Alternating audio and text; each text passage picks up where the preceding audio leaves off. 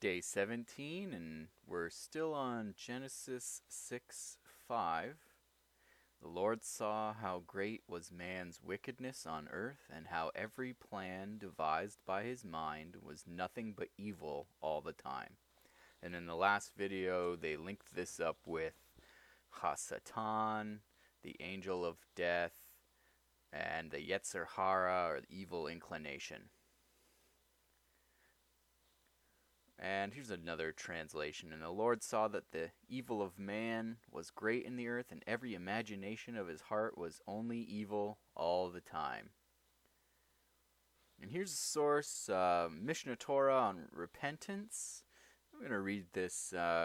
It's relevant. A man whose vices exceed his virtues presently dies in his wickedness, even as it is said, for the multitude of thine iniquity.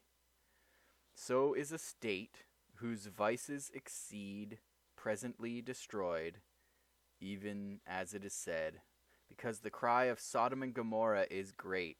So too is the whole world. If their vices exceed their virtues, they are presently destroyed, even as it is said, and God saw that the wickedness of man was great.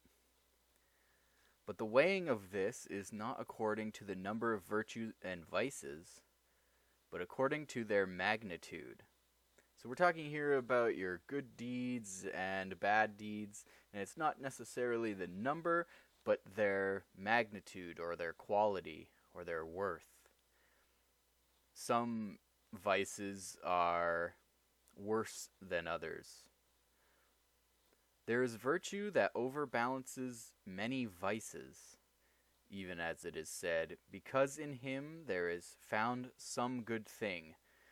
And there is a kind of vice which overbalances many virtues, even as it is said, but one sinner destroyeth much good. Moreover, these are not weighed by anyone, save only in the knowledge of the all-knowing God, for only he knows the estimate of virtues and vices. So it's saying there that one sin can undo a lot of good, and one good deed can undo a lot of evil, and only God knows how the scales are calibrated.